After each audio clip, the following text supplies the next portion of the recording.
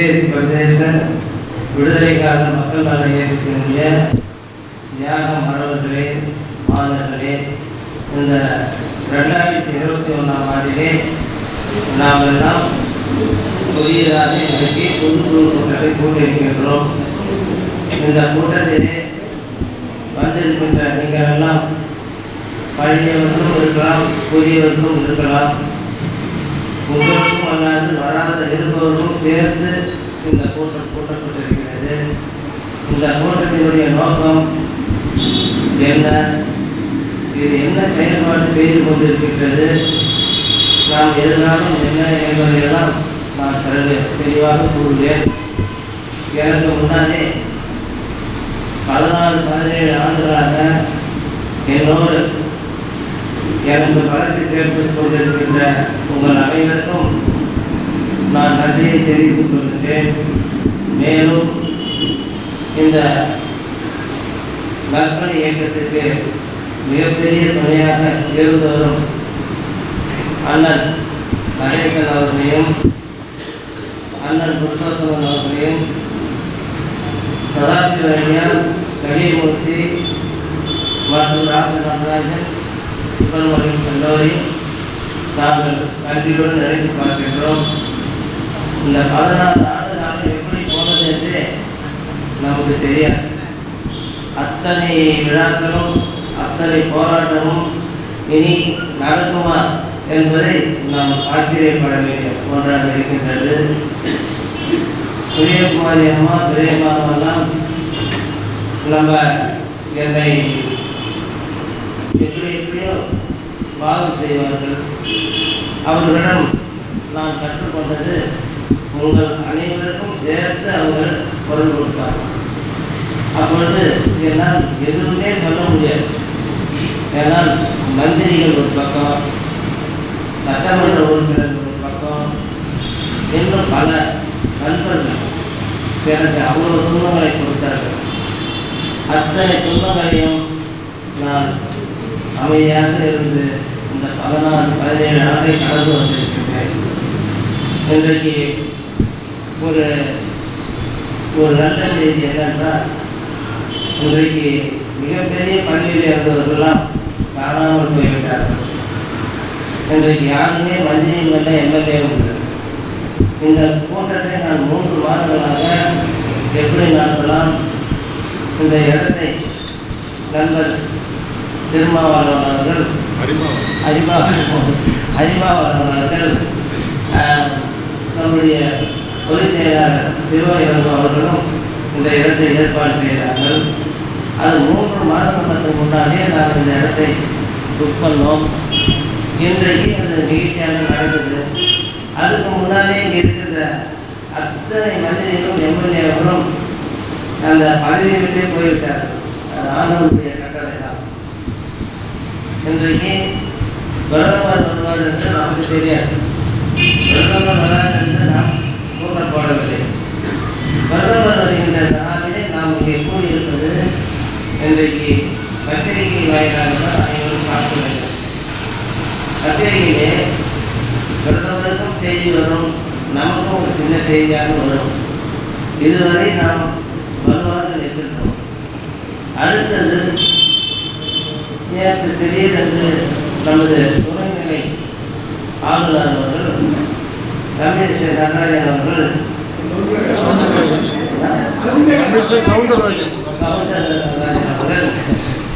என்னை அழைத்தார்கள்.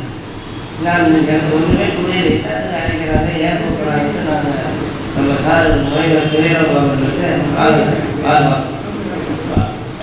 அவர்களுக்கு ஃபோன் செய்தேன். அவர் திருமணத்துக்கு சென்றிருக்கார்கள். அவர் எப்பயுமே போனை வைத்து விட்டு போக மாட்டார்கள். நேற்று வீட்டில் வைத்து விட்டு இருக்கார். இந்த நிலைமையிலே நேற்று அம்மையாரை பார்த்து நான் பேசி அவர்கள் சொன்னார்கள், உங்களை பற்றி எங்கள் அதிகாரிகள் சொன்னார்கள், எனக்கு ஒரு 20 வருஷத்துக்கு முன்னே அவங்க பழக்கம், அந்த காலத்தில் பழக்கம். அந்த அடிப்படையிலே நான் சென்று பார்த்தேன். நான் ஒரு 10 பேர் உங்களை பார்க்கணும் என்று கேட்டுருந்தேன். அவங்க அநேகமாக இவருடைய பிரதம மந்திரி போனோம் கூப்பிட்டு வந்தேன். அப்போ ஒரு 10 பேரை போய் பார்த்து ஃபேமிலி உன்னையும் சேர்த்தான். போய் பார்க்கலாம். அதுக்கு முன்னாடி இந்த நிகழ்ச்சியிலே தொடர்ந்து தன்னுடைய பணியை ஆற்றி கொண்டிருக்கும் நமது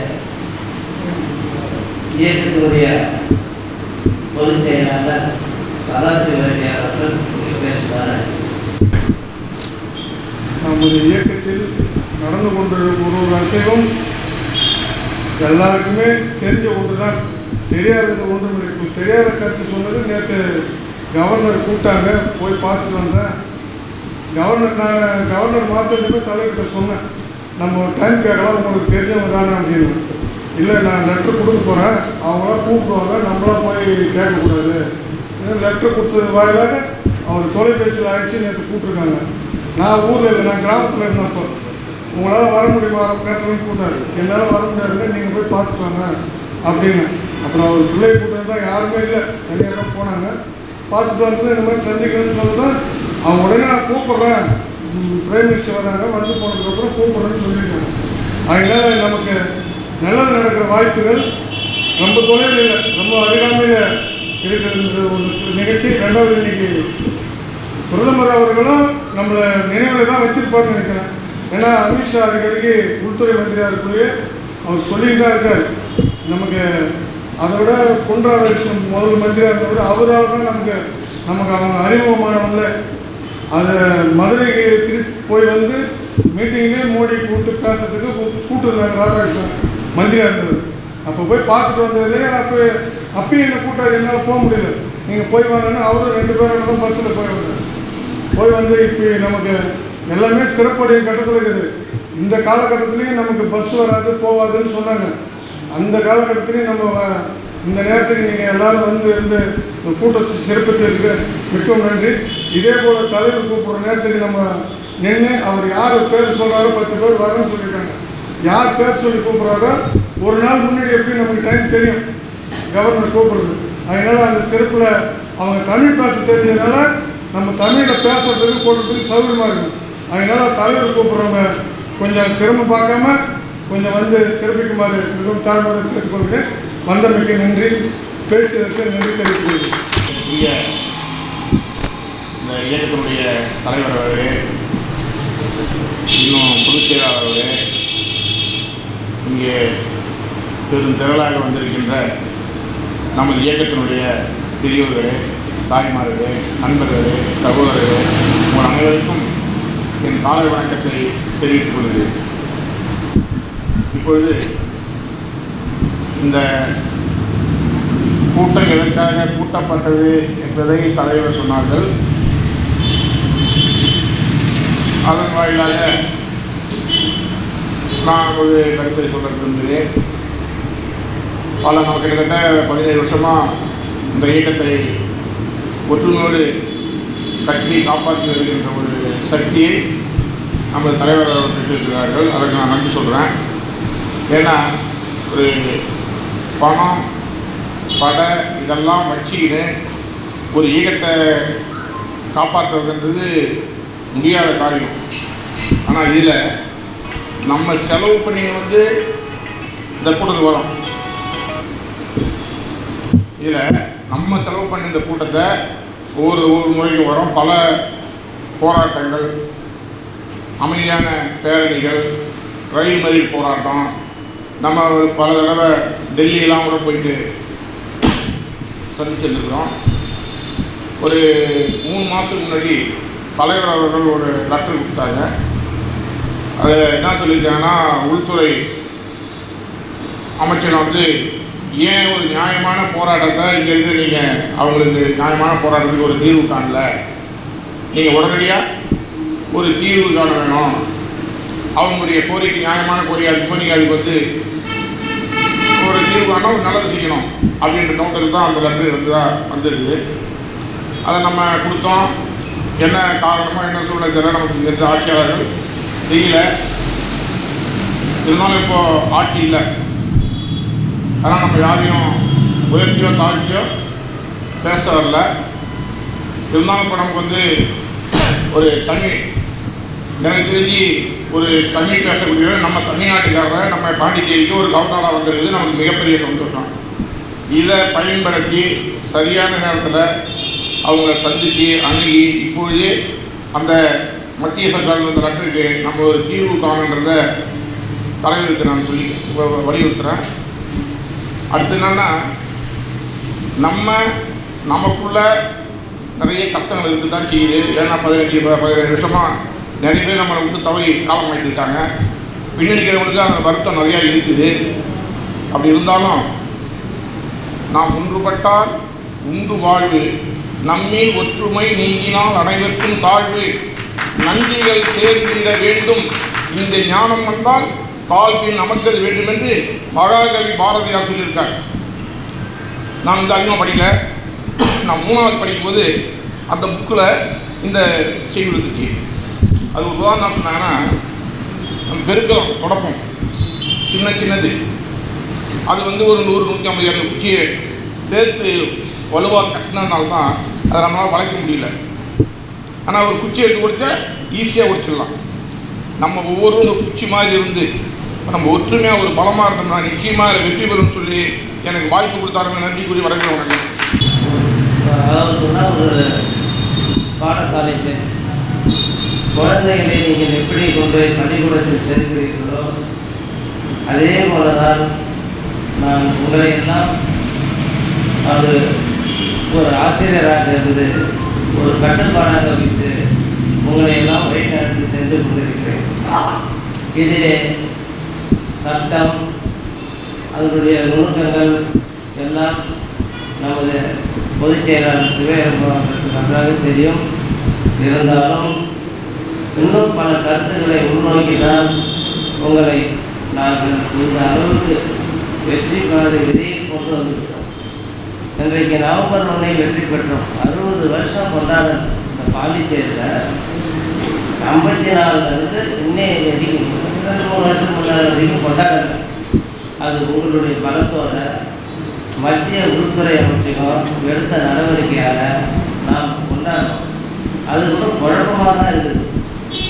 அந்த கொண்டாடம் வந்து புதுச்சேரி சுதந்திர தினம். எப்பேற்பட்ட ஊர் இது, இதுக்கு என்ன ஒரு வரலாறு இருக்குது, எல்லா வரலாறையும் மறைச்சிட்டாங்க. இன்றைக்கி ஆட்சியாளர்கள் அம்போன்னு போயிட்டாங்க.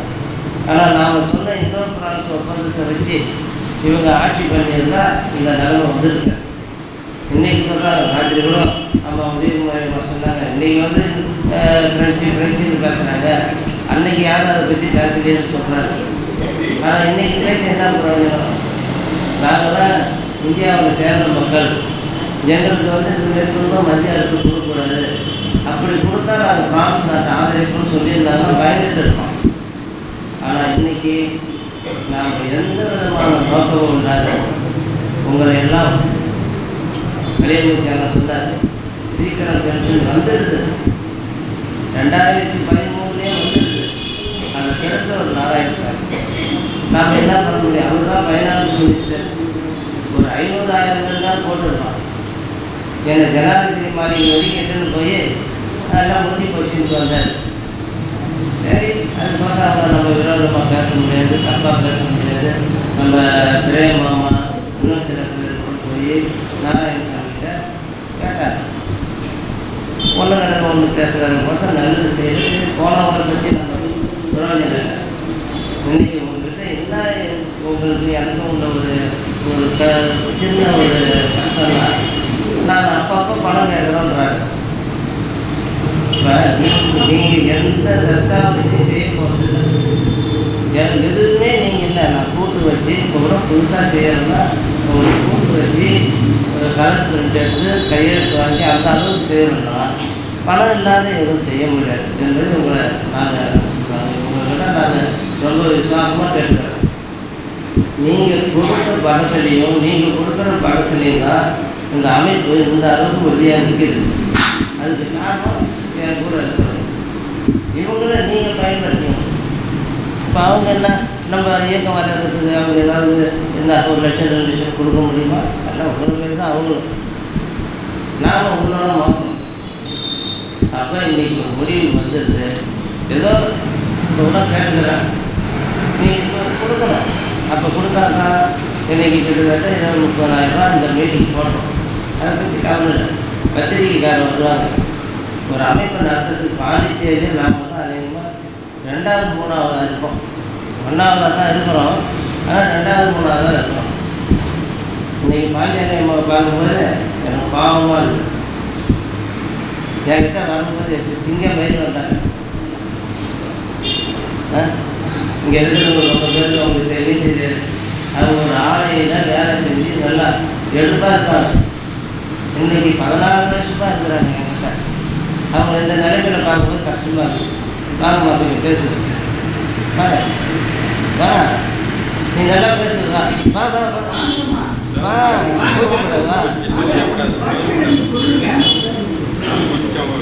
வா பேசுவாங்க, நல்லா பேசுவாங்க. நாளைக்கு இருக்கிறோமோ இல்லையோ, இன்னைக்கு நான் கொண்டாடணும். பெரியவர்களே, தாய்மார்களே, சகோதர சகோதரி, தலைவருக்கும் எல்லாருக்கும் தெரிஞ்சோ தெரியாதோ சொல்கிறேன். தப்பாக இருந்தாலும் என்ன எதுவும் அவாய்ட் பண்ணுவாங்க. தெரிஞ்ச வரைக்கும் சொல்கிறேன். ஆனால் ஆரம்பத்தில் பேச கொள்ள இங்கே நல்லா, ஏன்னா எந்த நேரமும் நடக்க பிடிக்க இருந்தால் நல்லா வருவேன். இன்னது நடக்குது ஜென்ஸு பேசுகிற மாதிரி. இப்போ நான் கொஞ்சம் உடம்பு சரியில்லை, நடக்கல. அதுவும் கொரோனா நம்ம இப்படியெல்லாம் கெடுத்து போச்சு. வெளியில் வரக்கூடாது, போகக்கூடாது. பிள்ளைங்கள்லாம் கட்டுமானம் ஆகிடுச்சு. அதனால் எங்கேயும் வர்றது போகிறது எதுவும் கிடையாது. ஆனால் இப்போ தலைவர் தான் சொல்கிறாரு, நமக்கு கிடைக்கிறது எதுவுமே கிடைக்கும்னா உள்ள அன்பு வைக்கணும். 2 எண்ணம் இருக்கக்கூடாது. கிடைக்கும் அப்படின்னு சொன்னால் அந்த எண்ணத்தை நம்ம வச்சு குறிக்கோள் இருக்கணும்னா அது நல்லதாகவே தான் நடக்கும். உடலில் ஒன்று உள்ளத்தில் ஒன்று வச்சுக்கிட்டு நடக்கவே கூடாது. நம்ம கையில் இருக்குது, செலவு கொடுக்குறோம், போடுறோம். மக்களே செலவு பண்ணுறோம்னாக்கா, ஏன்னா எங்கள் காலத்தில் சுப்பையாக ஓட்டு போடக்குள்ள எங்கள் செலவில் தான் நாங்கள் ஓட்டு போடுவோம். அவங்க செலவில் நம்ம இப்போ தான் வாங்குகிறோம். அது காலம் மாறிடுச்சு. அதனால் இப்போ நாங்கள் என்ன சொல்கிறோன்னா, உள்ள அன்போடு வச்சுன்னு கேட்போம். நமக்கு கிடைக்கிறது கிடைக்கும். அந்த இது கிடைச்சதுன்னா நமக்கு கிடைக்காது இருக்காது. இன்ன வரைக்கும் இன்னார் எழுதி வச்சாங்க பலன், அந்த பலன் கிடைக்கும், வாங்குவோம். இதனுடைய அமைப்பு இருந்தால் நம்ம வாங்கலாம். நம்ம கூட இருந்தோம். நாங்கள் 3 பேர், ஒரு 2 பேர் போயிட்டாங்க. சரி, அப்பா அப்பான்னு எல்லாமே அவர் எடுத்துக்கிட்டு செய்வார். நமக்கு கிடைக்கும். அதை வரைக்கும் உள்ளத்தில் நினைங்க. அதை நினச்சின்னா அது எல்லாமே நடக்கும். கடவுளை நம்மளும் கைவிட மாட்டாங்க. கடவுளுக்கு சொத்து நமக்கு எதுனா கவர்மெண்ட் சொத்துன்னா நமக்கு கிடைக்கும். கவர்மெண்ட் சொத்து தெரியல. இது தாய்நாடுன்னு நமக்கு தெரியும். தாய்நாடுன்னு போராடணும். டெல்லிக்கெல்லாம் போயிட்டு வந்தோம். கிடைக்கணும் தானே நம்ம போனோம். அதே மனசில் இருக்குன்னா அவங்க வீட்டில் பிள்ளைங்கள்லாம் சரியில்லை, நம்ம சரி இருக்கிற மாதிரி அதுக்கு இருக்காது. அதுவும் அந்த காலம், நம்ம அந்த காலம், நம்ம பொறுத்து தான் கிடைக்கும். நம்புங்க, கைவிடாதீங்க. ரொம்ப தெளிவாக பேசுவாங்க. அதெல்லாம் உறுதியாக ஒரே நிலையாக நிற்கணும். அப்படி தான் நம்ம நிற்கணும்.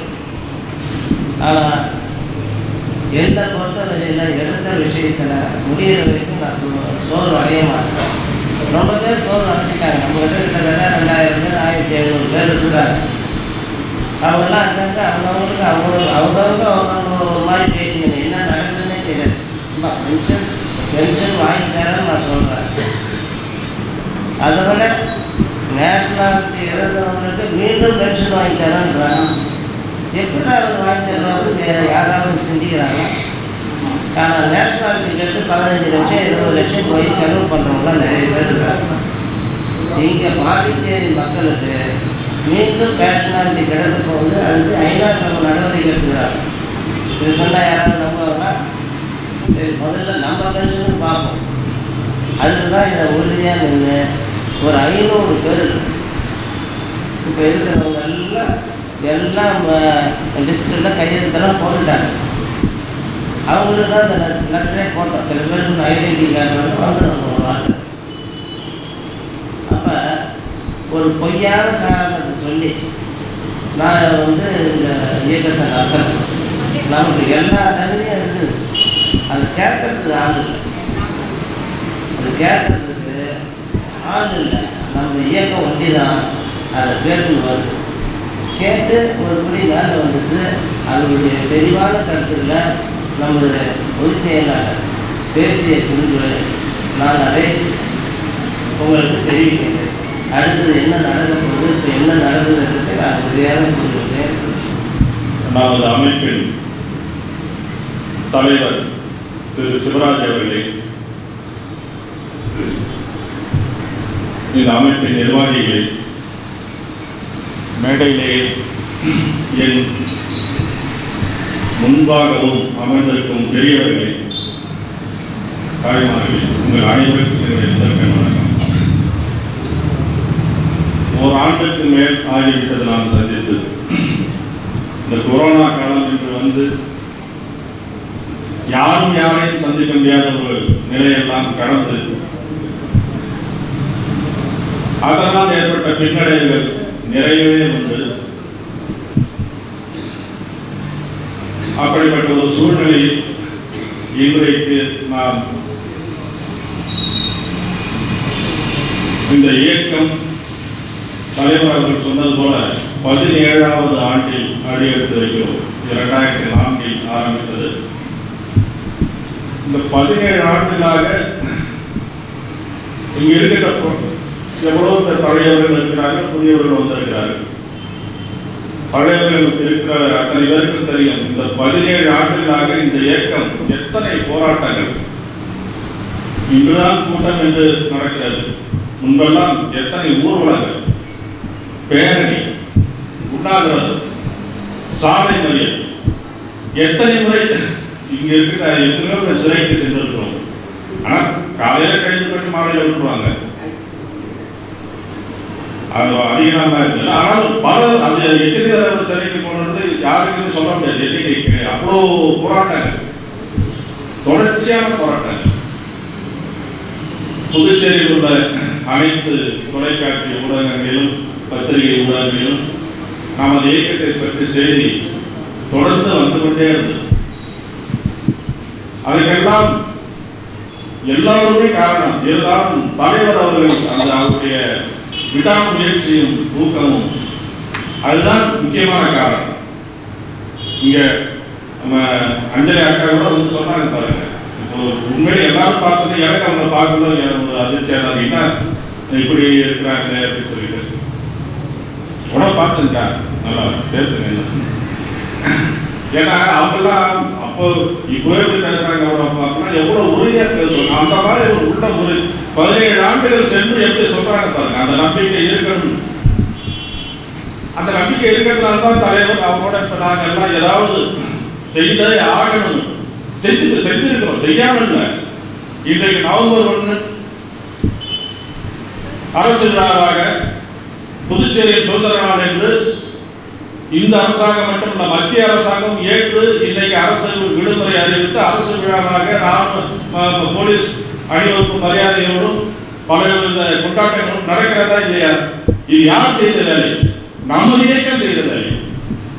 நாம் இதற்காக போராடிய போது எத்தனை பேர் கேள்வி பேசினார்கள். நவம்பர் 1 நடக்க போறாரு. ஆனால் ஆகஸ்ட் 12 கொண்டாடுறாங்க. அதை புதுச்சேரி விடுதலை ஆகஸ்ட் 12 அதை கொண்டாடுறாங்க. அப்ப எதுக்கு தேவையில்லாத கேள்வி? ஆனா பேசக்குள்ள வேற கட்சி சார்பில் எல்லாம் பேசுவோம் நவம்பர் 1 தான். ஆனா எல்லாரும் கேள்வி பண்ணாங்க. அதுக்கெல்லாம் சமைக்கல நாம் போனோம். அந்த காலத்தில் அந்த 2007-8 ஆண்டு காலத்தில் எனக்கு இன்று கூட நினைவு இருக்கிறது. அப்பெல்லாம் பேசும்பொழுது இனி நாம் இந்த அரசை, அதாவது புதுச்சேரி அரசை, மாநில அரசை மட்டும் எதிர்த்து போராடி பயனில்லை.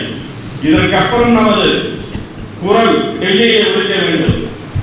அங்கும் எடுபடவில்லை என்றால் ஐநா சபையிலே ஒழிக்க வேண்டும் என்று நான் அப்போது பேசியது நினைவு வருகிறது. அதை அத்தனை பேர் ஆமோதித்தார்கள்.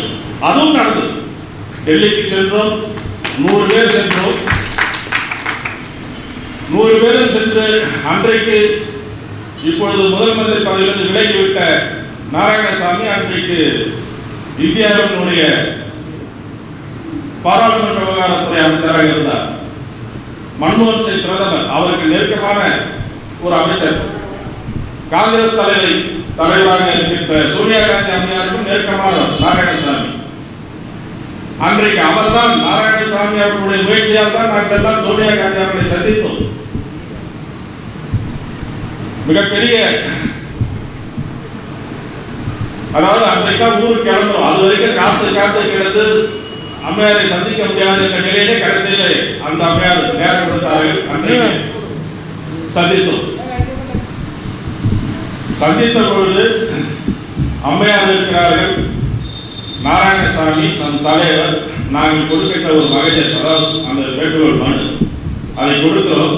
அது 2-3 பக்கம் இருக்கு. அந்த நேரத்தில் அவங்க எல்லாத்தையும் படிச்சுட்டு இருக்க பேர். ஆனால் அவங்க கேட்குறாங்க, வாரிசு கேட்குறாங்க. அதுக்கு சொன்னோம்.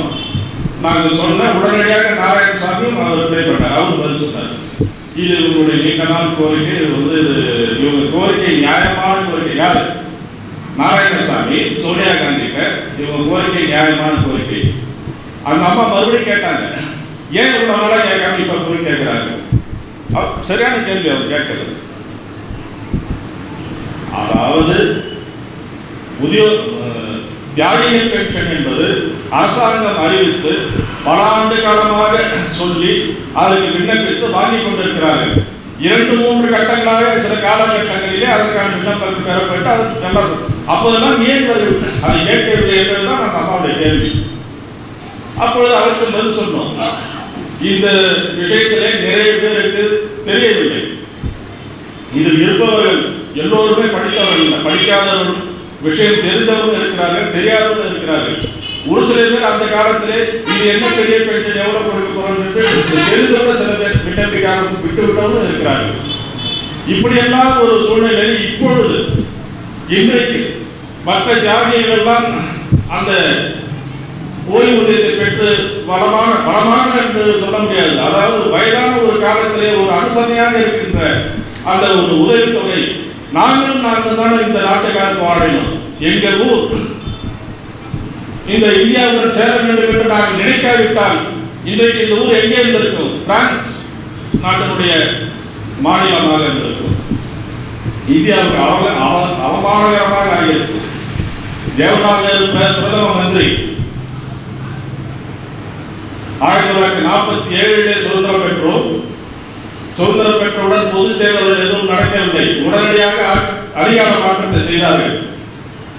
இருப்பதிலே யார் அந்த பொறுப்பை ஏற்றுக்கொள்வது என்று உடனடியாக தீர்மானிக்கப்பட்டு ஜவஹர்லால் நேரு இந்த இந்தியாவின் பிரதம மந்திரியாக பொறுப்பேற்கிறார்.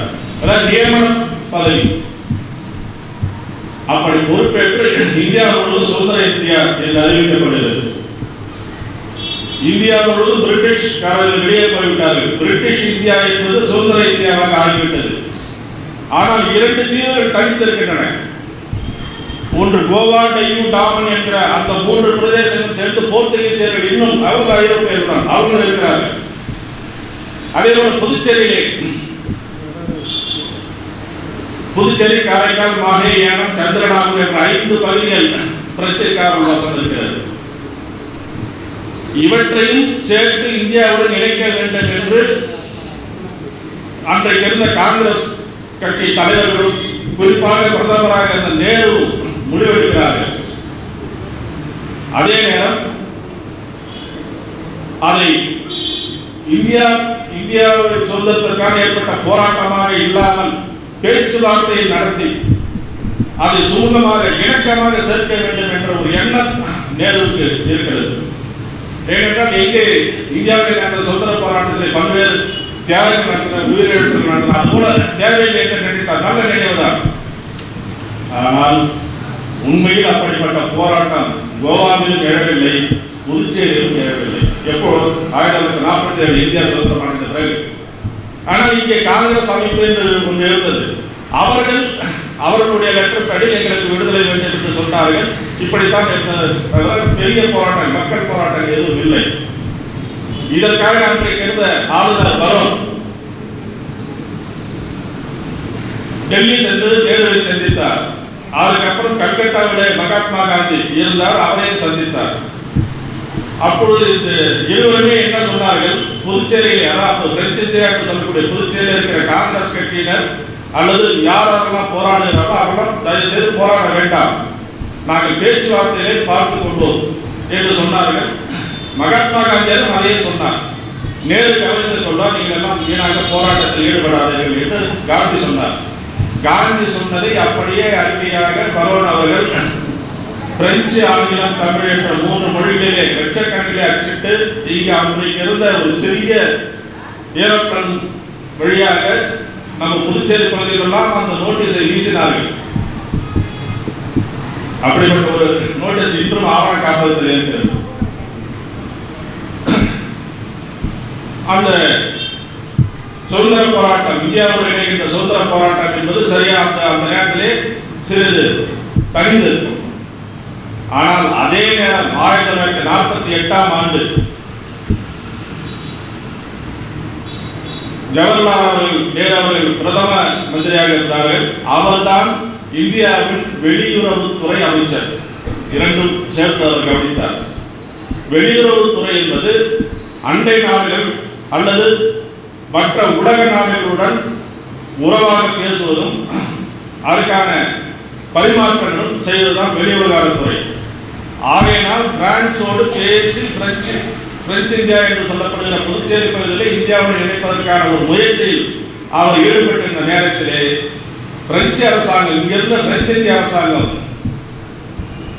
ரெஃபரண்டம் என்று சொல்லக்கூடிய பொது ஜன வாக்கெடுப்பை நடத்துங்கள், அவர்கள் தீர்மானித்தால், அவர்கள் சரி என்று சொன்னால் நாங்கள் வெளியே போகிறோம் என்று சொன்னார்கள். பிரெஞ்சுக்காரர்கள் நன்றாக தெரிந்தவர்கள், ஆட்சியாளர்களாக இருந்தார்கள். இந்த நகரம் முழுவதும் இருக்கின்ற அத்தனை இடங்களிலும் அவர்கள் தங்களுடைய கட்டுப்பாட்டில் வைத்திருந்தார்கள். அவர்களுக்கு தெரியும் இந்த மக்கள் பிரெஞ்சுக்காரர்களை வெளியே போக சொல்ல மாட்டார்கள் என்று. போராட்டம் நடந்தது. அது ஒரு குறிப்பிட்ட அரசியல் கட்சி தான். அன்றைக்கு இருந்த அரசியல் கட்சிக்கு ஒரு 50 பேர் 100 பேர் கூடினாலே அதிகம். காங்கிரஸ் கட்சிக்கு அது கிடையாது. அன்றைக்கு பிரெஞ்சு இந்திய அரசாங்கம் இப்படி பொதுஜன வாக்கெடுப்பு, இந்த மக்கள் நாம் இந்தியாவோடு இணைகிறோமா இல்லையா என்று ஒரு ஓட்டு போட்டு தீர்மானிக்க வேண்டும் என்று பிரெஞ்சு அரசாங்கம் சொன்னது. இந்திய அரசாங்கத்திற்கு பயம் வந்துவிட்டது. ஒருவேளை அப்படி பொதுஜன வாக்கெடுப்பு நடந்தால் இந்த மக்களில் பெரும்பாலும் பிரெஞ்சு அரசாங்கத்திற்கு ஆதரவாக வாக்களித்து விட்டார்கள். ஒன்ஸ் ஒரு தடவை அப்படி நடந்துவிட்டது என்றால் எந்த காலத்திலும் இந்தியாவோடு புதுச்சேரி சேர்க்க முடியாது. இந்த உண்மையை உணர்ந்த நேரு ஒருவேளை பொதுஜன வாக்கெடுப்பு நடக்குமோ என்பதற்காக அதற்கு சம்மதம் கொடுக்காமல் காலதாமதப்படுத்தி கொண்டு வந்தார். 47 48 அடுத்த ஆண்டு வந்துவிட்டது. 48ஆம் ஆண்டிலே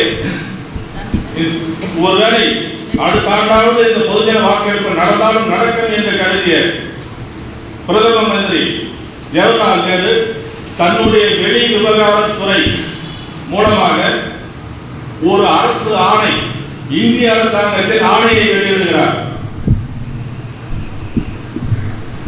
நான் இங்கே ஏற்கனவே நிறைய வரலாற்று செய்திகளை பேசியிருக்கிறேன். அங்கே எத்தனை பேருக்கு எல்லாம் தெரியும். ஆனால் இப்பொழுது சொல்வது இதுவரை சொல்லாத ஒரு செய்தி. 1948ஆம் ஆண்டிலே எங்கே இந்த பொதுஜன வாக்கெடுப்பு இந்தியாவில் புதுச்சேரியில் நடந்தால்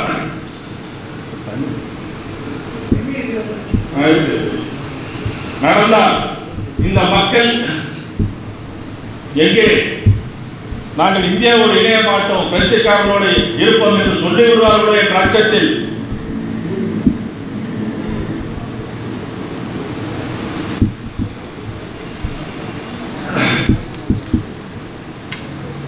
அந்த அச்சத்தில் இந்திய அரசாங்கம் ஒரு அரசாணை வெளியிட்டது. யாருக்கு? புதுச்சேரி மக்களுக்காக ஒரு அரசாங்கம். என்னவென்று சொல்கிறார்கள், நீங்கள் இந்தியாவோடு இணைந்து விடுங்கள், நாங்கள் உங்களுக்கு உங்களுடைய எதிர்கால வாழ்வை இந்திய அரசாங்கம் நாங்கள் பார்த்துக் கொள்கிறோம். எந்தெந்த வழிகளிலே உங்களுடைய உரிமை நிலைநாட்டப்படும், அதாவது இந்த இந்த இந்த புதுச்சேரி பகுதி மக்களுடைய உரிமை நிலைநாட்டப்படும். உங்களுக்கு கல்வி இலவசமாக அளிக்கப்படும். பிரெஞ்சுக்கார காலத்தில் இந்த கல்வி நமக்கு எல்லாம் இலவசம் தான், அத்தனை பேருக்கு தெரியும். அதே முறையில் நீடிக்கப்படும். உங்கள் புதுச்சேரியின் பொருளாதார திட்டங்கள் அனைத்தும் மத்திய அரசை ஏற்றுக்கொள்ளும். அதாவது 100% பட்ஜெட் நாங்கள் தரேன்னு சொல்லிட்டு அன்றைக்கு அரசாணை. அது மட்டும் இல்லை, பிரெஞ்சு இந்தியாவில் நாம் இருந்தபோது பிரான்சினுடைய இங்க தனி பாக்கெட் எங்கேயோ இருக்குது. பிரான்ஸ் எங்க இருக்கு, நாம் எங்க இருக்கிறோம், எங்கேயோ இருக்கிற 4-5 பகுதியை சேர்த்து அவங்களாம் ஒரு சின்ன பகுதின்னு தான் சொல்லல, யூனிட் தான் சொல்லல. இந்த 4-5 பகுதி சேர்த்த மாநிலம் என்று ஆண்டார்கள். பிரெஞ்சுக்காரன் புதுச்சேரியை, இந்த பொத்திச்சேரியை மாநிலம் என்றுதான் குறிப்பிட்டார். இங்கிருந்த ஆளுநர் பிரெஞ்சு அரசாங்கத்தினுடைய மாநில ஆளுநர். பிரான்சில் இருக்கக்கூடிய அமைச்சர், வெளிவிவகாரத்துறை அமைச்சர் தனியாக பிரெஞ்சு இந்தியாவுக்கு என்று, பிரெஞ்சு இந்திய மாநிலத்திற்கு என்று ஒரு அமைச்சர் அங்கே இருந்தார். இப்படியாக ஒரு மாநிலத்திற்கு உண்டான தகுதியை கொடுத்து அந்த மாநிலத்துக்கு ஒரு சட்டமன்றத்தை ஏற்படுத்தி 39 பேர் சட்டமன்றம், பெரியவர்களுக்கு தெரியும், அன்றைக்கு 39 பேர் அன்றைக்கு எம்எல்ஏ ரெப்ரஸன்டேட்டிவ் கவுன்சில் 39 பேர் கொண்ட சட்டமன்றத்தை ஏற்படுத்தி அதில் 6 பேர் கொண்ட குழுவை கிட்டத்தட்ட இன்னைக்கு அமைச்சரவை சொல்லுறாங்க. அந்த மாதிரி ஆளுநருக்கு ஆலோசனை சொல்லுகிற குழு அப்படின்னு சொல்லுவாங்க. அந்த குழுவை ஏற்படுத்தி அமைச்சராக அதில் 6 பேர் அமைச்சர் என்று சொல்லக்கூடிய அளவில் 6 பேரை அங்கே நியமித்து எங்கே யார் செய்வார்கள் ஒரு சிறிய பகுதிக்கு இதை பிரெஞ்சுக்காரன் ஒரு மாநிலமாக ஆக்கி அந்த சட்டமன்றத்தை ஏற்படுத்தி அமைச்சர் குழுவை ஏற்படுத்தி அதற்கென்று இருக்கின்ற ஒரு ஆளுநர் அவர் அந்த அதிகாரத்தினுடைய தலைவராக நியமித்து இவர்கள் எல்லாம் சேர்ந்து இந்த ஆட்சியை நடத்துவார்கள், மாநில ஆட்சியை நடத்துவார்கள் என்று அவர் கொடுத்த அந்த அதிகாரத்தின் பேர் சிறப்பு அதிகாரம். அப்படித்தான் கொண்டு ஸ்பெஷல் ஸ்டேட்டஸ். பிரெஞ்சுக்காரன் புதுச்சேரி பகுதியை மாநிலமாக ஸ்பெஷல் ஸ்டேட்டஸ் உள்ள பகுதியாக நம்மை ஆண்டு கொண்டிருந்தார். இதை 48 ஜவஹர்லால் நேரு பிறப்பித்த அந்த அரசாணையிலே இதை குறிப்பிட்டு, இந்த விவகாரத்தை குறிப்பிட்டு, ஏற்கனவே பிரெஞ்சு ஆட்சியின் கீழ் நீங்கள் சிறப்பு தகுதி உள்ள ஒரு மாநிலம் என்ற வார்த்தையால் கவனமாக போடவில்லை, சிறப்பு தகுதி உள்ள ஒரு ஆட்சியாக பிரெஞ்சுக்காரர்கள் எப்படி உங்களை ஆண்டார்களோ அதே தகுதியில் உங்கள் தன்னாட்சி நிலவும் புதுச்சேரி, அதாவது இந்தியாவோடு இணைந்து விட்டார். அரசு ஆணை, இந்திய அரசாங்கத்தினுடைய ஆணை இன்னும் ஆவண காப்பகங்களில் இருக்கிறது. இன்றும் புதுச்சேரியுடைய ஆவணங்களிலே அது இருக்கிறது. அப்படி ஒரு அரசாணையை வெளியிட்டார்கள். அது மட்டுமல்ல, இவை அத்தனையும் நீங்கள் இந்தியாவோடு இணைந்தால் பிரான்சிலே கிடைக்கின்ற அத்தனையும் உங்களுக்கு கிடைக்கும். என்னென்ன கல்வியிலிருந்து மற்றவெல்லாம் எல்லாமே உங்களுக்கு கிடைக்கும் இலவசமாக. அது மட்டும் இல்லை, முதியோர்களுக்கான மருத்துவ வசதியும் இலவசமாக கிடைக்கும். ஏன்னா யூரோப்பியன் கண்ட்ரிஸ் சர்வ சாதாரணம். இங்கதான் இந்தியாவோட ஐசியன் கண்ட்ரிஸ் இருக்கலாம், இது அப்படி கிடையாது, இது அப்படி கிடையாது. கவர்மெண்ட் ஹாஸ்பிட்டல் போக, இல்லைன்னா பிரைவேட் ஹாஸ்பிட்டல் இவனே கட்ட சொல்லி, காசு வாங்கி கட்ட சொல்லி அதுக்கெல்லாம் போய் அழுதுகிறோம். நாம தான் அங்கெல்லாம் கிடையாது. ஐரோப்பிய நாடுகளிலோ இல்லை அமெரிக்காவிலோ இந்த மாதிரியான முறையெல்லாம் கிடையாது. 60 வயசு ஆகிட்டுதா முழு கவர்மெண்ட். அது வரைக்கும் கவர்மெண்ட் நீங்க ஹாஸ்பிட்டல் போனாலும் உங்ககிட்ட காசு வாங்குவாங்க சில ஆபரேஷன் அந்த மாதிரி இருக்காங்க. ஆனா 60 வயசு ஆன ஏற்பாடு ஒரு பைசா நீங்க தர வேண்டியதில்லை. அரசாங்கம் அத்தனையும் உங்களுக்கு எடுத்துக்கொள்ளும். உங்களுக்கு வீடு இல்லையா, அரசாங்கம் வீடு அலாட் பண்ணும். உங்கள் பிள்ளைகளோடு நீங்கள் இருக்கவில்லை, அவர்கள் உங்களை வெளியெடுத்து விட்டார்கள், அரசாங்கம் உங்களுக்கு தனி வீடு கொடுக்கும். இங்க இருக்கிறது போன்ற முதியோர் இல்லங்கள் அல்ல, தனித்தனியான காப்பகங்கள். நீங்கள் சொந்தமாக போய் வர உங்கள் வைத்திய செலவை முழுவதும் அரசாங்கம் பார்த்துக் கொள்ளும். நீங்கள் ஏதோ ஒரு காலகட்டத்தில் நீங்கள் இறக்க நேர்ந்தால் உங்கள் இறுதி சடங்கு முதல் அத்தனையும் அரசாங்கம் செய்யும். உங்களுக்கு ஒரு சவாரி ஏற்படுத்தி அது உங்கள் பெயர், வாழ்க்கை குறிப்பு அப்படியும் அரசாங்கம் செய்து அந்த போட்டோவை அதை எடுத்து அந்த ஆவணத்தை உங்கள் உறவினர்களுக்கு நீங்கள் உங்களுக்கு ஏற்கனவே கேட்டிருப்பார்கள். நீங்கள் இறந்தால் யாராருக்கு தகவல் கொடுக்க அவர்களுக்கு எல்லாம் அனுப்புவார்கள். இதெல்லாம் யூரோப்பியன் கண்ட்ரீஸ்ல முதியோர்களுக்கு கிடைக்கின்ற சலுகை அல்ல, உரிமை. அந்த அரசாங்கம் கொடுக்கின்ற உரிமை. அந்த உரிமை பிரெஞ்சு இந்திய அரசாங்கத்தின் மூலமாக நமக்கு கிடைத்திருக்கும். ஆனால் இந்திய அரசாங்கம் என்ன சொல்லியது, அதையும் நாங்கள் இந்தியாவுக்கு அந்த மாதிரிலாம் சிஸ்டமே கிடையாது, அந்த எண்ணமும் கிடையாது, திட்டம் கிடையாது. இங்க இருக்கின்ற எத்தரசியல் முறை இந்தியாவில் எங்கேயாவது இருக்கிறதா? எங்கேயுமே கிடையாது.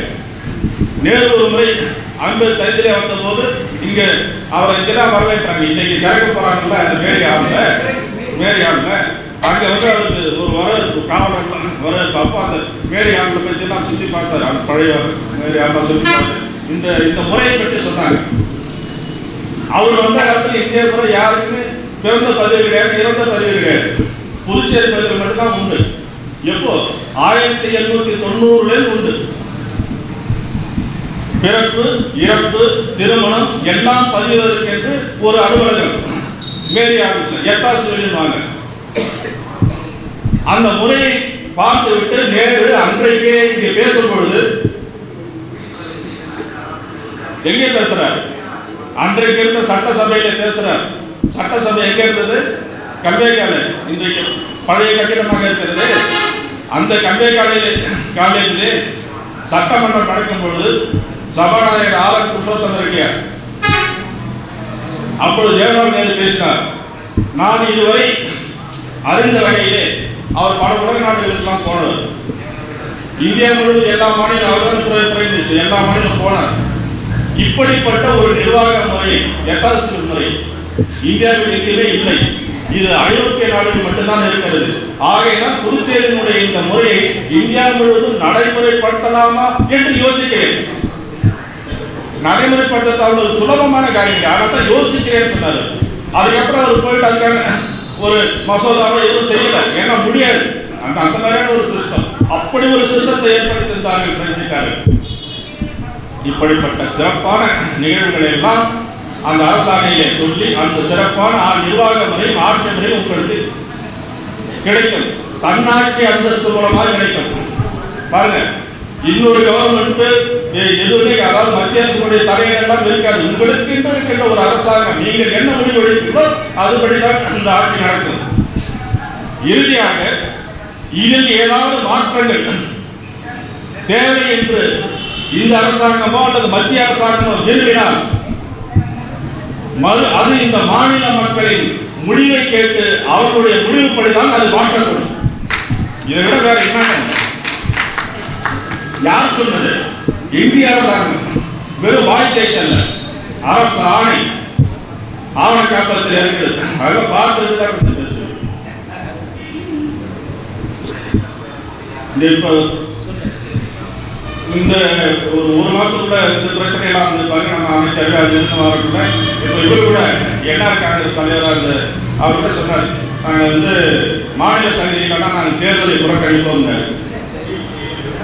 ஆனால் புறக்கணிக்க போகிறதில்ல, சும்மா ஒரு பயம் கொடுத்ததுக்காக அதை வந்து வேற சில கட்சிகளும் இது பண்ணாங்க. ஆமாம் அது நல்ல பண்ணுவோம். உடனே தேர்தல் கமிஷன், தேர்தல் ஆணையத்திலிருந்து ஒரு அதிகாரி தேர்தல் நடக்க போது இல்லைங்களா, அப்ப எல்லாரையும் கூப்பிட்டு ஆலோசனை பண்ணுவாங்க. புதுச்சேரி அரசியல் கட்சிகள்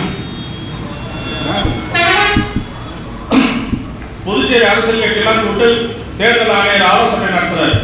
அந்த ஆலோசனை கூட்டத்திலே அதை தெரிவிக்கிறாங்க. தெரிவிச்சுட்டு அவர் என்ன கேட்கிறாரு,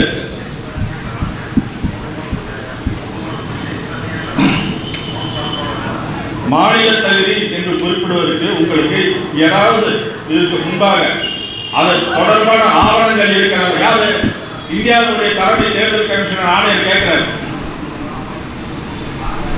நாங்க புதுச்சேரியில் அத்தனை அரசியல் கட்சி இருக்கிறாங்க, நாங்க தேர்தலை புறக்கணிக்க போறோம் இருக்கிறாங்க. மாநில தகுதி கேட்கிறீங்க, இது ஏற்கனவே இப்படி கேட்பதற்கான ஒரு தூண்டுதல் அல்லது ஒரு நிகழ்வு அல்லது இதற்கான ஒரு ஆவணம் ஏதாவது உங்களிடம் இருக்கிறதா? பதில் கூட சொல்லல, இருக்குன்னு கூட சொல்லல, சும்மா தலையாட்டாங்க. அதுவும் கிடையாது, எல்லாம் வாய்ப்பு எல்லாம். அதுக்கப்புறம் ஒரு எம்எல்ஏ ஒருத்தர் ஃபோன் பண்ணாரு எனக்கு, அண்ணா இந்த மாதிரி ஒரு விவகாரம், இந்த பிரெஞ்சு இந்திய ஒப்பந்தம்லாம் போட்டாங்கல்ல, அதில் வந்து என்னதான் சொல்லியிருக்கிறாங்க, அதற்கு ஒரு ஆண்டுக்கு முன்பாக தான் அதே எம்எல்ஏ என்னை பிரெஞ்சு இந்திய ஒப்பந்தம் பற்றி கேட்டு நானும் இதை பற்றி நான் நிறைய எழுதியிருக்கிறேன். இதெல்லாம் தெரியும், நமது முரசு பத்திரிகையில் வந்தது, தினமணியில் வந்தது, கட்டுரையில் அதை தொகுத்து புத்தகமாக போட்டிருக்கிறேன். அந்த புத்தகத்தில் ஒன்று கொண்டு போய் கொடுத்து பிரெஞ்சு இந்திய ஒப்பந்தத்தினுடைய நகலையும் கொண்டு போய் கொடுத்து இதுதான் விஷயம் நீங்கள் ஏற்ப ஒரு வருஷம் முன்னாடி கொண்டு வந்தேன். ஆனால் அதுக்கப்புறம் ஒரு வருஷம் என்ன இப்போ இந்த விவகாரம் வந்த படம் மறுபடியும் கேட்குறேன், அந்த ஒப்பந்தத்தில் என்னதான் சொல்லியிருக்கிறது? ஒரு வருஷம் படிக்கல, ஒரு வருஷம் என்ன ஒப்பந்தம் போடுறது எவனுமே படிக்கல. அரசியல்வாதிங்க எங்களை மாதிரி ஆய்வாளர்கள் தான் படிச்சிருக்கிறோம். அதெல்லாம் சொல்லணும் தலைவர்கிட்ட. உடனடியாக அவர் இயக்கம் பண்ணார், இயக்கத்தை கட்டி இப்படி இப்படி எடுத்துட்டு கொண்டு போறாரு. எங்களை மாதிரி ஆய்வாளர்கள் கொஞ்சம் பேர் தான் இருக்கிறாங்க. இந்த புதுச்சேரியுடைய வரலாற்று ஆய்வு ஏங்க என்னோட பெரியவர் வேற அத்தனை பேர் இருக்கிறீங்க. உங்களோட எனக்கு வரலாறு தெரிஞ்சிடும். ஆனால் நான் என்னுடைய கல்விக்காக நான் வரலாறு படிக்கிறேன். வரலாறு படிக்கும்போது என் மண்ணினுடைய வரலாறை நான் படிக்கிறேன். படிக்கும்போது இப்படி செய்திகள் எனக்கு கிடைக்கின்றன. அப்பொழுதுதான் எனக்கு தெரியுது, ஓ நமக்கென்று தனி வரலாறு, இவ்வளவு வரலாறு இல்லை. அதுக்கப்புறம் பழைய வயது முதல் பல பேர் புதுச்சேரியில் நிறைய பேரை நான் என் தந்தையாரும் நான் ஈடுபட்டவர். அன்சாரி விவசாயி இருந்தார். இன்னும் நான் சொன்னேன் புருஷோத்தம ரெட்டியார், பல பேர் இருந்தாங்க. அவர்களுடைய பல பேரை நான் சத்தியத்தை பேட்டி எடுத்திருக்கிறேன். சர்வோதய இயக்க தலைவர் எஸ்.ஆர். சுப்பிரமணியம் இருந்தார். அவர்கள் நேரடியாக ஈடுபட்டார்கள். சுப்பையா இருந்தார். எல்லோரும் சந்தித்திருக்கிறேன், எல்லோரும் சந்தித்து பேட்டி கண்டிருக்கிறேன். அதற்கு அப்புறமும் இவரை போன்ற முதியவர்கள் எத்தனையோ பேரை நான் கண்டிருக்கிறேன், பேசியிருக்கிறேன். இந்த வரலாறுலாம் ஒத்து போகிறோம் என்று பார்த்திருக்கிறேன். ஆமாம், நிறைய இருக்கிறது. அதனால தான் இப்படிப்பட்ட வரலாறு தான் நாங்கள் சேகரித்து வைக்கிறோம். அதுக்கப்புறம் புதுச்சேரியுடைய ஆவண காட்டணும், மத்திய அரசுடைய ஆவண காட்டணும் ஹாஸ்பிட்டல் இருக்கிறது. அங்கெல்லாம் சென்று பார்த்தேன். இந்த பிரச்சனை ஒப்பந்தம் என்று சொல்கிறார்கள். அதனுடைய உரிமை காட்ட வேண்டும் இல்லையா? ஏதோ பேப்பர் வந்ததை வச்சு நம்ம பேச முடியாது. அதை எடுத்துட்டு போய் அங்கே போய் பார்த்தா இருக்கு, ஆங்கிலத்தில் இருக்கிறது. ஜோர்னல் ஆஃபீஷியல் ஜோர்னல் ஆஃபீஷியல் லா கெசத்தே எல்லாம் இருக்கு. பிரெஞ்சில் இருக்கு, தமிழில் இருக்கு, எல்லாத்தையும் காப்பி எடுத்தாங்க. இதெல்லாம் சேர்த்து கெசட்டியர் ஆஃப் இந்தியா என்று புதுச்சேரி அரசாங்க நூல் ஒன்று வெளியிட்டு இருக்கிறாங்க. கூட ஒரு தொகுதி 2 தொகுதி கெசட்டியர் ஆஃப் இந்தியா என்று பெயர். 1982 ஆர்ட் அண்ட் கல்ச்சர் டிபார்ட்மெண்ட் மூலமாக அந்த நூல் வெளியிடப்பட்டது. ஸ்ரீலங்கா டைரக்டர் கேள்விப்பட்டிருக்கீங்க, அவர் தான் அந்த நூலை தொகுத்தவர். இப்போதான் அண்மையில காலமானார். அது புதுச்சேரி அரசாங்கத்துடைய ஆவணம். அதில் இவையெல்லாம் குறிப்பிடப்பட்டிருக்கு. இந்த பிரெஞ்சு ஒப்பந்தம் கொண்டு இந்த வரலாறு அது எல்லாம். ஆக இந்த ஒப்பந்தத்தின் நகலையும் ஒரிஜினல் காப்பியையும் எல்லாமே நான் படிவத்தில் வைத்திருக்கிறேன். ஆனால் இந்த ஒப்பந்தத்துக்கு முன்பாக ஏதோ ஒன்று இருக்கிறது என்பது மட்டும் மனதிலே உறுதி கொண்டிருந்தது. அதை கண்டுபிடிக்கிறதுக்கு அவ்வளவு நாள் ஆனது. அதுதான் இந்த இந்திய வெளிவிவகாரத்துறை நீங்கள் எங்களோடு இணைந்து விட்டால் என்னென்ன செய்கிறோம் என்று போட்டு அரசு ஆணை, இந்திய அரசாங்கத்தின் ஆணையே போட்டிருக்கு. மகன் நம்மளுடைய மொழியினர் சிவனமோ அவர் பேசினாரு, புக்கு எழுதினாரு, இன்னும் பலது செஞ்சாரு.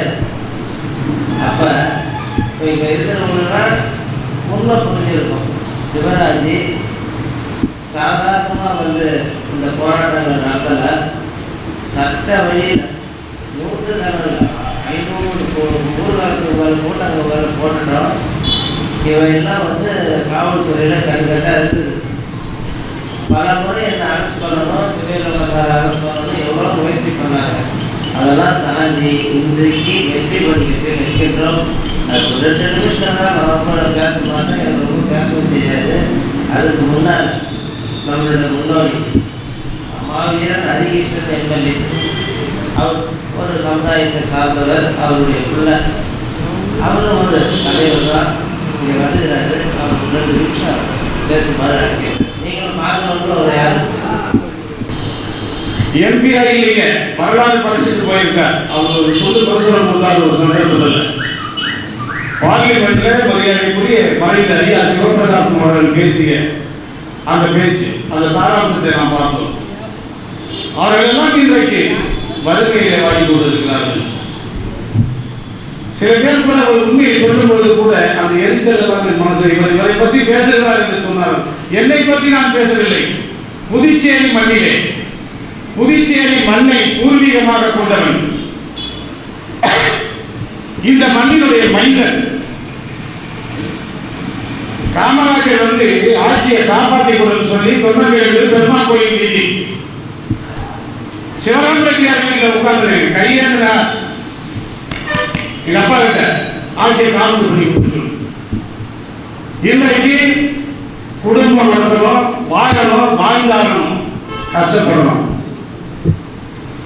பாண்டிச்சேரி பதிவே இல்லை சார். சட்டமன்றத்தில் இருக்கக்கூடியவன் ஒரு எம்எல்ஏ பார்த்து வணக்கம் பண்றேன், அந்த வணக்கத்தை ஏற்றுக்கிறதுக்கு அவருக்கு தைரியம் இல்லை. காரணம், ஒரே இடத்துல நாங்கெல்லாம் வேலை பார்த்தோம். அவருக்கு புரிய நான் யாரும் சொல்றேன்னு சொல்லி கட்சியை சொல்லல ஐயா. நான் வந்து பார்த்தேன் எப்படி இருந்தே ஏதாவது இன்னைக்கு சட்டமன்றத்தில் இருக்கிற நீ உட்கார வந்த நாற்காலிக்கு மரியாதை கொடுத்து நான் வணக்கம் சொல்றேன். அந்த வணக்கத்தை முகம் பார்த்து ஃபேஸ் டு ஃபேஸ் நேரா ஏற்றுக்க முடியல.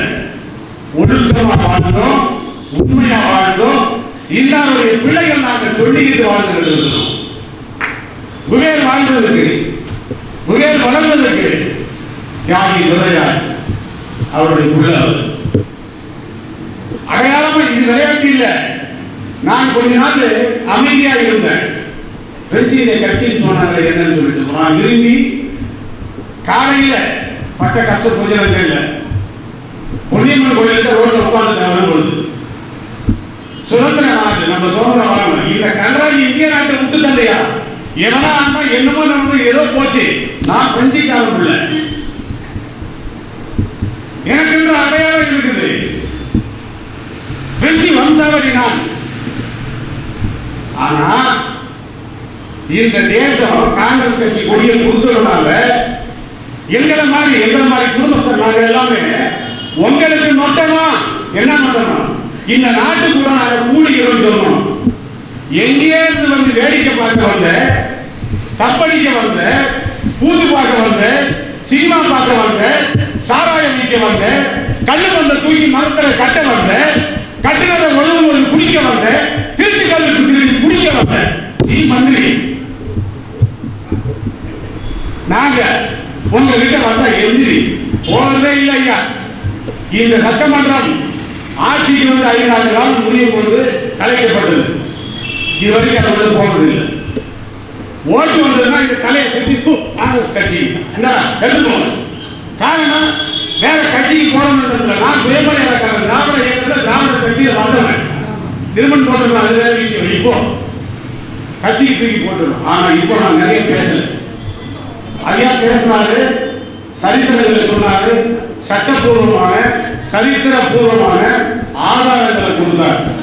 என் மனசுல இருக்கக்கூடிய ஒரே ஒரு ஆசை, இதுவரைக்கும் நாம கேட்டோம் கொடுக்கல. ரங்கசாமி கிட்ட கேட்கும்போது கூட 90% ஜெயிச்சிட்டோம். நீங்க கொடுத்தீங்கன்னா இந்த முதலமைச்சர் கொடுத்தாரு இந்த சுதந்திரம் அப்படின்ற கௌரவம் உங்களுக்கு உண்டு. ஆனா ஜெயிச்சிட்டோம்னா நாங்க ஜெயிச்சிட்ட பிறகு இங்க ஒரு அரசாங்கம் தேவையில்லை, ஆட்சியிலிருந்து இறங்கிடணும். அதனால நீங்க கொடுங்க, வாங்கிட்டோம். இப்ப தேர்தல் வரப்போகுது. இவர்களுடைய உரிமைகள் எல்லாம் நம்ம கையில ஆற்றுறதுக்கான நேரம் வந்துட்டு ஒரு தொகுதியிலும் நாங்க நேற்று பேசின வாழ்க்கை போனது. இந்த பிரெஞ்சு வம்சாவளி வந்த மக்கள் எல்லாம் எங்களுடைய உரிமையை காப்பாற்றிக்கிற மாதிரி நான் கொடியைக்கான சண்டை போடுவேன், தேசத்துக்காக குற்றம் போடுவேன், கையில காப்பு போடுவேன். ஒரு தொகுதியில் 50 பேர் 40 பேர் வாங்க, ஒரு தொகுதியில் 10 பேர் நாமினேஷன் போட என்ன பண்ணுவேன். வந்தவங்களாம் நம்மளையே நம்ம உழைப்பை பற்றி பார்க்கல, நம்மளையே விமர்சனம் பண்ணிட்டு உங்களுக்கு நண்பர்கள்லாம் ரொம்ப பேர், பக்கத்தில் இருந்தவங்களாம் ரொம்ப பேர். ஆனால் நான் மட்டும் மிகப்பெரிய உறுதியான நோக்கத்தோடு நான் செயல்பட்டு இருக்கேன். என் நிலைமையை உங்கள்கிட்ட நீங்கள் சொல்ல கேட்பேன். எனக்கு சுகர் இருக்கு. ஒரு 16 வருஷத்துக்கு அமைப்பு துவக்கத்துக்கு முன்னிட்டு முன்னாடி அதுக்கு முன்னாடி தான் ஒரு காலில் கட்ட வரல ஒரு காயம் இருக்குது. அது ஆடி போச்சு. சமீபத்தில் ஒரு 2 வரலாறு நான் கொஞ்சம் கோயிலுக்கு நடந்துட்டேன். அது எனக்கு ரொம்ப தொல்லை கொடுத்தது. என்னால் நடக்கவே முடியல. இன்னும் பலதை சொல்லலாம், அது சொல்ல நடக்க முடியாத. நேற்று சார் வீட்டுக்கு போனேன், நட்டுப்படிக்கு நடக்க முடியல. நடக்க சொன்னால் நடந்தால் சீக்கிரம் ஆறாதுன்னு தான். ஆனால் நான் உங்களை பார்க்குறேன், நம்ம இயக்கத்தை பார்க்குறேன், என் உடம்பை பார்த்தா என் உடம்பை நான் பார்க்குறேன். தொகுதி என்ன? அப்போ இன்றைக்கு சார் சொன்னார், அவருக்கு தெரியாது. இப்போ என்ன நடக்குதுன்னா, ஐநா சபையிலேருந்து லெட்ரு வந்தது. 1 வருஷத்துக்கு மட்டும் வந்தது. உங்களுக்கு நேஷனாலிட்டியும் உண்டு, பென்ஷனும் உண்டு. அதுக்கு நான் என்னென்னமோ பண்ணேன், என்னென்னமோ செஞ்சேன். எல்லாருமே இவர் என்ன இப்படிலாம் போராடும்போது கடைசியாக போகும்போது தான் நாங்கள் காங்கிரஸ்காரனுடைய அந்த கோப்புகளை நாங்கள் பார்க்க மாட்டோம் தெளிவாக சொன்னார். அந்த அமைச்சர் வந்து தெளிவாக சொன்னார், நாங்கள் காந்தியர் தான், நீங்கள் எங்களுக்கு அந்த மாதிரி முன்னாள் நாங்கள் என்ன பார்ப்போம்னா அப்போ தான் நான் யோசனை பண்ணேன். சில பேர் நம்ம ராமலிங்கம் சொன்னார், அது யார் எப்படியாவது நாராயணசாமிகிட்ட கையெழுத்து வாங்கிட்டு என்னாச்சு நீங்கள் நான் அப்படியே நாராயணசாமிகிட்ட கையெழுத்து வாங்கினா அவங்க ஏற்றுவாங்களா? ஏற்றுக்க மாட்டாங்க. அவங்க கரெக்டாக சொல்லிட்டாங்க, எங்களுக்கு காங்கிரஸ் கவர்மெண்ட்டுடைய. அப்புறம் வந்து நாராயணசாமிகிட்ட தான் போனேன், ஏங்க நாங்கள் எங்களுக்கு அனுமதி வந்து ஒரு அனுமதி வந்தால் நீ செஞ்சீங்க. அதை தான் சொன்னார் ரங்கசாமி. நவம்பர் 1 60 வருஷமாக நடக்கவே இல்லை, அதை மாற்றிட்டாங்க. இந்த ஊரில் குபேர் வாழ்ந்தார், கொடி கட்டி வாழ்ந்தார். அவர் எங்கே போனாருன்னே தெரியல. இவங்க சொந்தக்காரங்க சொல்லிருக்காங்க, நம்ம ஊர் ஆளுங்களே கிடையாதுங்க, எல்லாம் புதுசாக வந்தாங்க.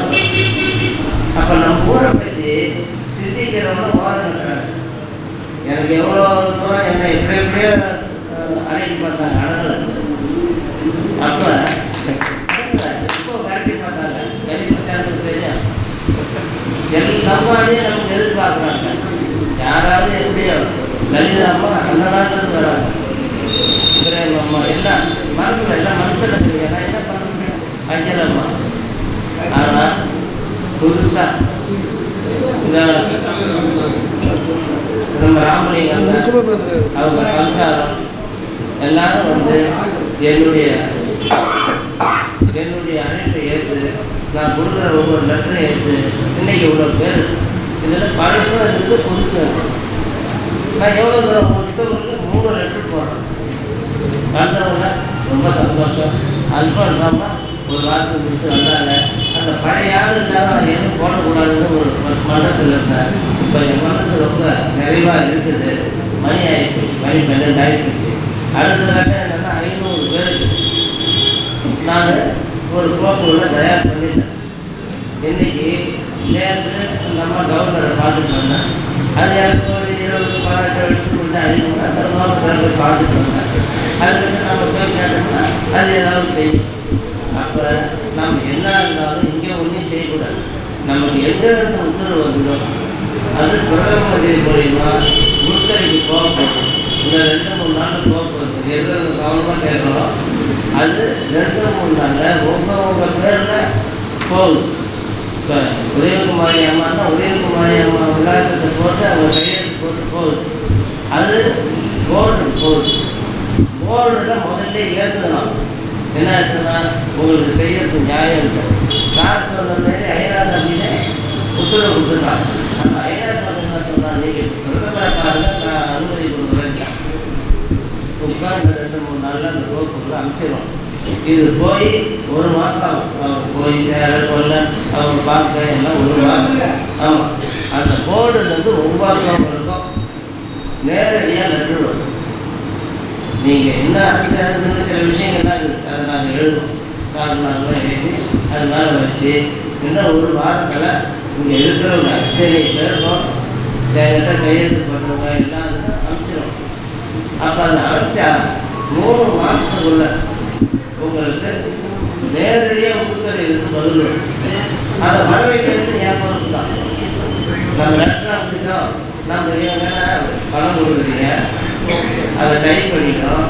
அது எப்படி செய்யணுமாச்சு உருவாக்கி இப்போ அனுப்புகிறோம். அதில் ராமசீனிவாசன் ஒரு பரிசுரை லெட்டர் கொடுத்துக்கிறார். அதாவது பிரெஞ்சு நேஷனாலிட்டி இழந்தவங்களும் தியாகி தான், அவங்க தியாகம் மகத்தானதுன்னு ஒரு லெட்டர் கொடுத்துக்கிறாரு. அதையும் வச்சு அனுப்பிச்சு உங்களுக்கு என்னென்ன நன்மைகள் செய்யணும், என்னென்ன எப்படி செய்யணும். அதாவது இந்த இயக்கத்தை நம்ம ஆரம்பிக்கும் போது எப்படி ஆரம்பித்தோம் என்பது எங்களுக்கு தான் தெரியும். அடுத்தது தான் நம்ம பொதுச் செயலாளர் பகவான் வந்தார். அப்புறம் ஹரிகிருஷ்ணா வந்தார். வந்து எல்லா வேலையும் நாங்கள் பார்த்தோம். எல்லாத்தையும் பார்த்துக்கலாம். இன்னைக்கு உங்களை உருவாகிக்கிறோம். அதனால் யாருமே இது நடக்கும் நடக்காது யாருமே நினைக்க வேண்டியது. உங்களை பொறுத்த வரைக்கும் எனக்கும் உள்ளது சொல்லி ஏதாவது போட்ட கேட்டதான் இனிமேல் பணம் கொடுங்க, ஏதாவது கொடுங்க, இது கொடுங்க, இதை செய்ய போகிறோம் நான் கேட்க மாட்டேன். நான் ஒரு முடிவுக்கு வந்துட்டேன். அதுக்காக நீங்களும் ஒரு முடிவுக்கு வரணும். நமக்குன்னு ஒரு ஸ்தாபனம் இருக்குது. பிரெஞ்சு இவங்க பாருங்கள், நடேசன், இந்த சதாசிவன், சூரியரமன், ஹரிகிருஷ்ணா இவங்கெல்லாம் இருக்கிறாங்க. கல்விலாம் இப்பேற்பட்ட ஒரு பெரிய பலம் வாய்ந்தவங்க. அப்போ நம்மகிட்ட மோதலுக்கு இங்கே இருக்கிற சொல்லாது ஹரிகிருஷ்ணன் எம்எல்ஏ அது எம்எல்ஏ நம்ம ஏன் பண்ணுறோம்?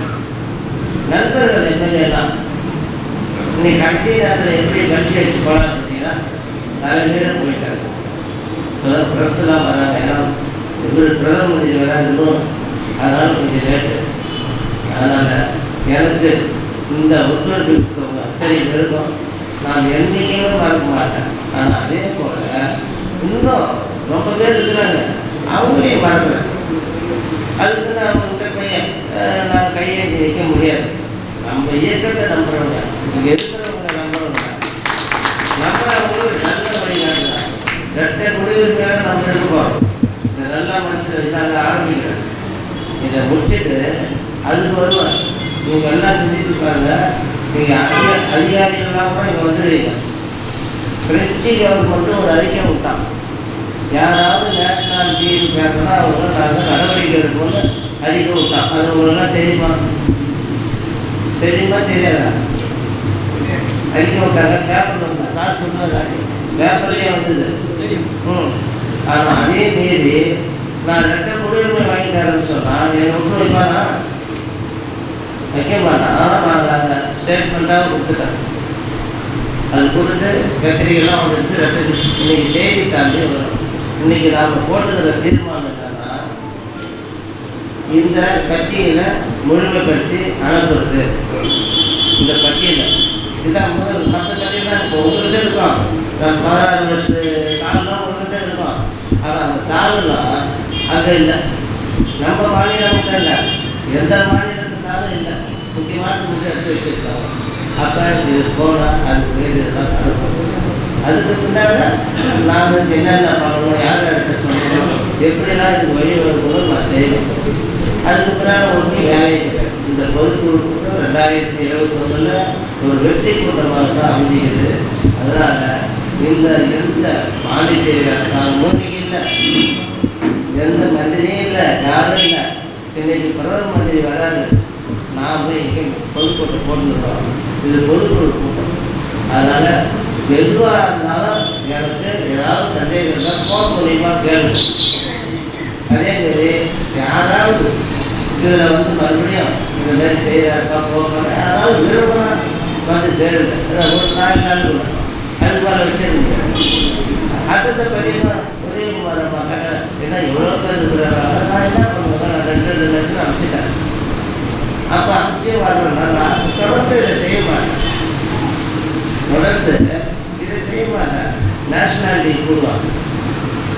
5 லட்சம் கொடுவாங்க. நம்மகிட்ட ஒரு 50,000 கொடுக்க மாட்டாங்க. அதுக்கு இருக்கலாம்.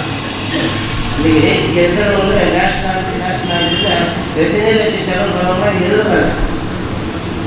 அதனால் உண்மையை சொல்லுவோம், மக்கள் சேவை செய்வோம். நாமளாம் மண்ணின் மேய்கிறாங்கன்னா வெளியூர்லேருந்து வந்தவங்களுக்கும் செய்வோம். அவங்களுக்கு என்ன செய்யணுமோ அதை செய்யணும். அதனால் எந்த காலத்திலையும் ஒரு இயக்கத்தை ஆரம்பித்து அது பின்னோக்கி போவாங்க. அதே போல் பிரெஞ்சு இந்திய மக்கள் உரிமை கட்சி இந்த தேர்தலில் அது தோற்றது ஜெயிக்குது, அது ஃப்ளாஷ் ஆகும். அந்த கட்சி என்ன செய்யறதுக்கு என்ன நாங்களாம் கூடி பேசுகிறேன். அதுக்கு ஏன்னா இவங்க ரொம்ப நாளைக்கு ஏமாற்றப்படுறாங்க.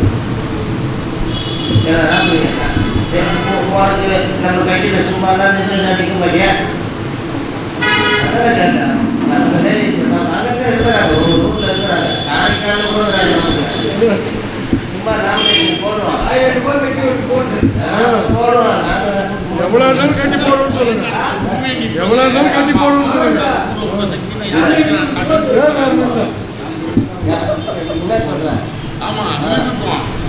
நாமினேட் பண்ணுவோம். இவர் வந்துங்க நாராயணசாமி கிட்ட நம்ம கோசை எவ்வளோ வாதாடினார். அவர் மட்டும் இல்லை, மதுரை இவர் துணைத் தலைவர் காங்கிரஸ் கட்சியில். சாதாரண மகாக்கிற காங்கிரஸ்காரெல்லாம் விட்டு சுயேட்சையா. அதுக்கு நான் என்ன சொல்கிறேன்னா, ரொம்ப நாளாக சொல்லுவார் பொதுச் செயலாளர். அதான் அந்த கட்டத்துக்கு அடுத்த கூட்டம் போட்டு ஒரு எங்களுக்குள்ள ஒரு முடிவு பண்ணி நாங்கள் இதை செய்வோம். நீங்கள்லாம் இந்த ஒரு கோயிலாக நினச்சிங்க. நீங்கள் கோயிலுக்கு போய் எப்படி முந்தின 8 நாள் 1 நாள் போடுறீங்களோ அந்த மாரி நாங்கள் கொஞ்சம் செலவு பணம் கேட்டுக்கிறேன். நான் இருக்க மாட்டேங்க. இந்த தலைவர் இந்த பொதுச் செயலர் இருக்கிறாரு, அவங்க கையில் கொடுத்துட்டு நான் வெளியில் உங்களுக்கு நன்றி சொல்ல நிற்கிறேன். வாங்க எல்லாருக்கும் நன்றிப்பா.